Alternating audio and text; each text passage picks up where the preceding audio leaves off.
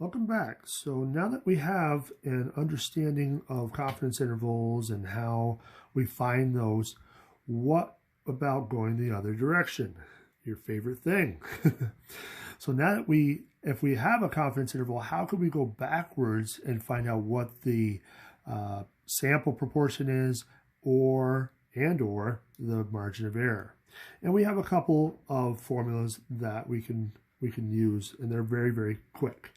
So the biggest thing is as long as you have those upper and lower confidence levels, so remember those inequalities, you have the left side of the inequality and the right side. Those are what these numbers are talking about. If you have those, all you're doing is adding them and dividing by 2, and that gives you p hat. But then if you subtract the 2, you're going to find your error.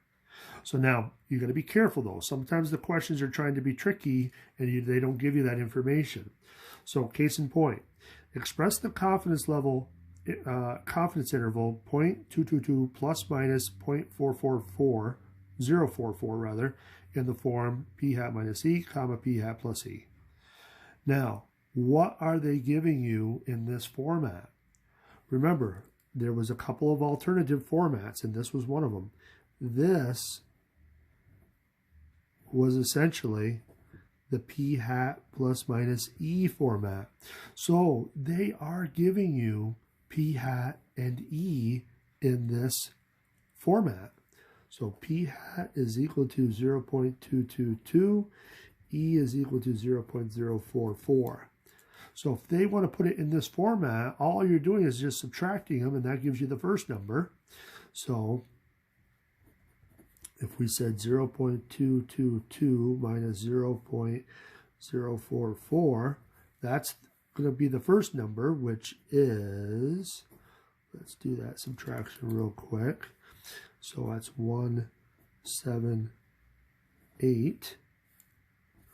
And then the other side, 0.222 plus 0.044, that's going to be the other number. So if we add those together, we should get 0.266. Then you're done.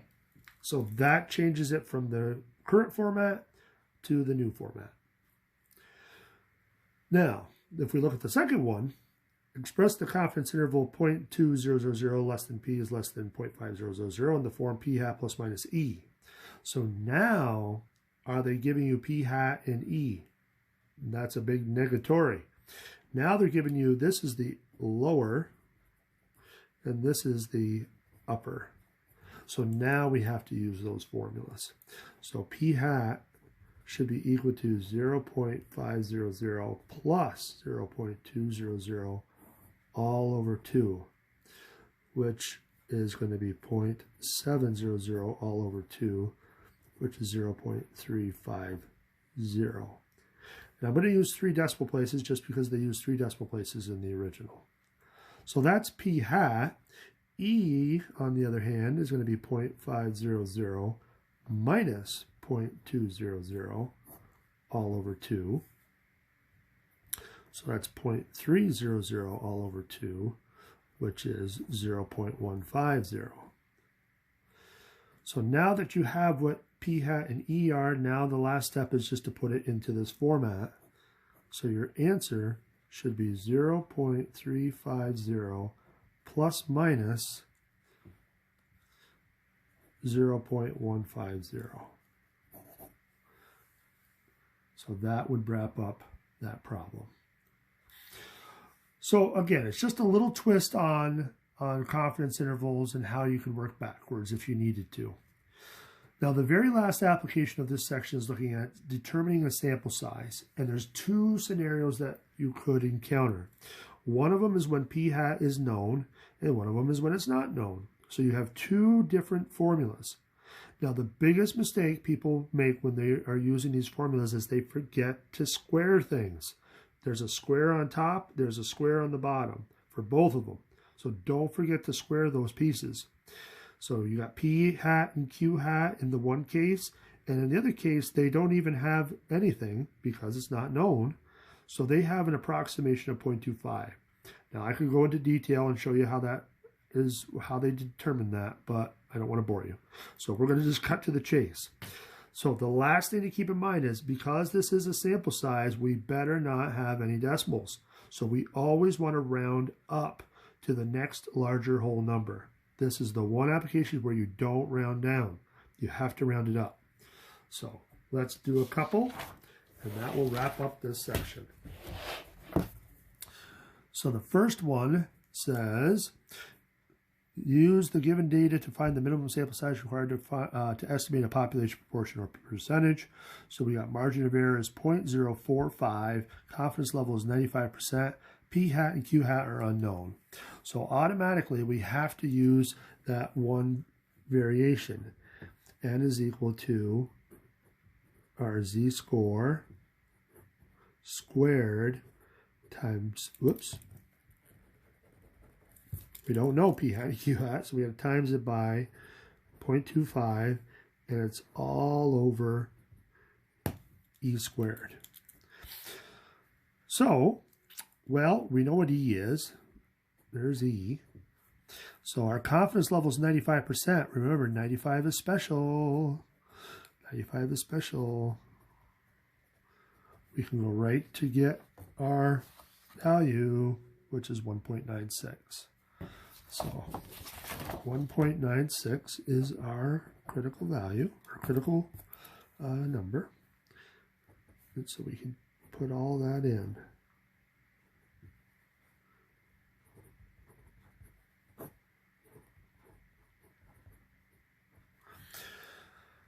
All right, so let's see what we get.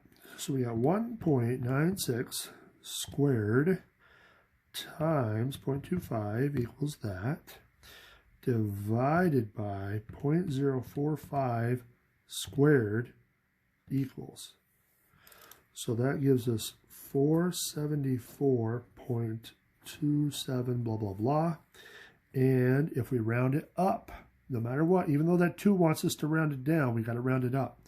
So 475. Now, they don't tell you what the units are, but it might be people, it might be dogs, it might be cats, whatever. But there will be units on that traditionally. So,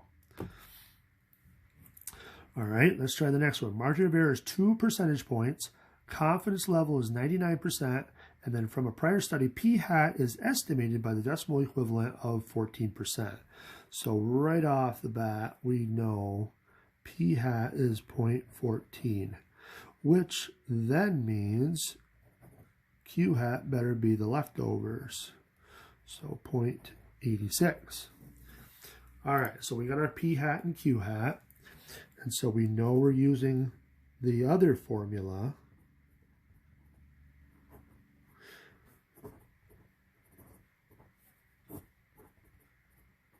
So we have that. We have our p hat and q hat. We got error. Where is our error? It's 2 percentage points. Well, if you think of it this way, you use 2%. Well, do we like percentages? Have we used percentages anywhere in these formulas? No. Let's change it to a decimal. And that's all you got to do. So be careful though. Look for that percentage. It's going to have to say percentage if they want you to write it as a percentage. So E is 0.02. And now the last piece is our critical value. So we need our 99%.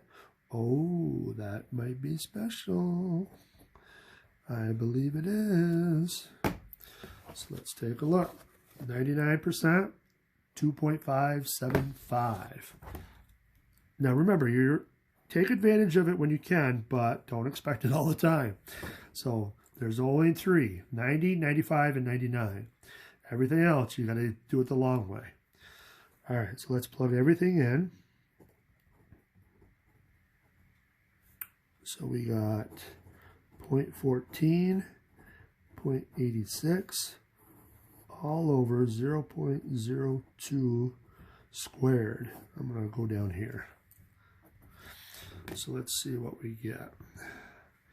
2.575 squared times 0.14 times 0.86 equals that, divided by 0.02 squared equals. 1995.81 blah blah blah. So it looks like a 1996. 1996, was a good year for me. I graduated from college with my bachelor's. Yippee-yay. But anyways, that is how you find sample size. So hopefully you have a pretty good handle on it now. And we have one more section which is going to have quite a few videos to it. So stay tuned for that in the days to come. Goodbye.